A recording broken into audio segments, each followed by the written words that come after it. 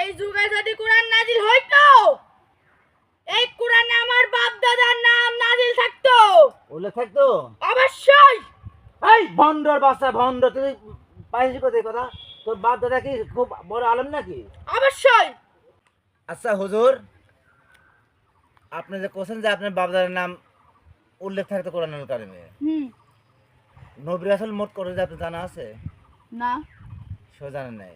1,24,000 মতান্তরে 2,24,000 এরকম ভাবে হুজুরেরা কয়, আমরা শুনেছি, বয়া একটু পড়েছি। তাহলে কোরআনুল কারিমে কয়জন নবীর নাম আছে এই 1,24,000 মধ্যে জানেন?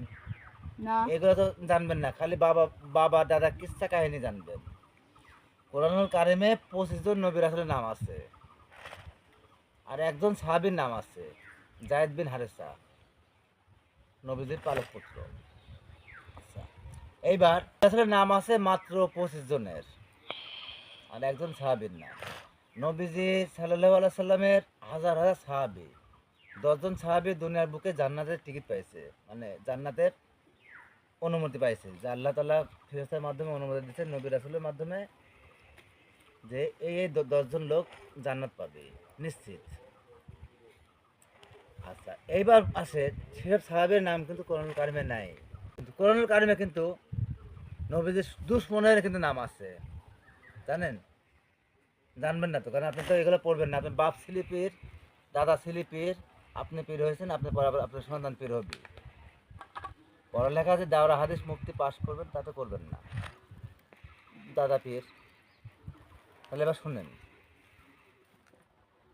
যে পবিত্র কোরআনুল কারিমে সাহাবীর কিন্তু উল্লেখযোগ্য নাম নাই, নবী রাসূলের নাম নাই, কিন্তু নবীর দুশমনের, আল্লাহর দুশমনের কিন্তু নাম আছে।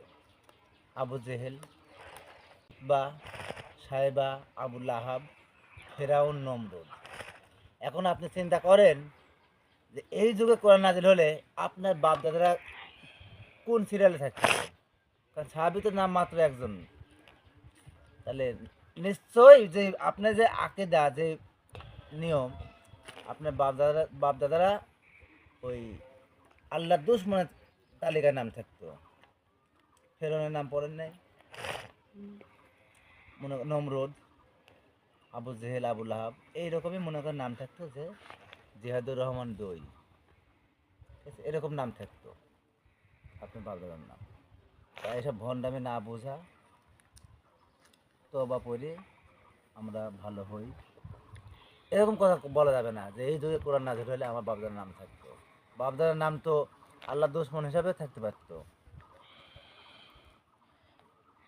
এই চলো ওয়াজ শুনবো না, হুজুর যেদিন ভালো হবে সেদিন এসে হুজুরের কাছে ওয়াজ শুনবো।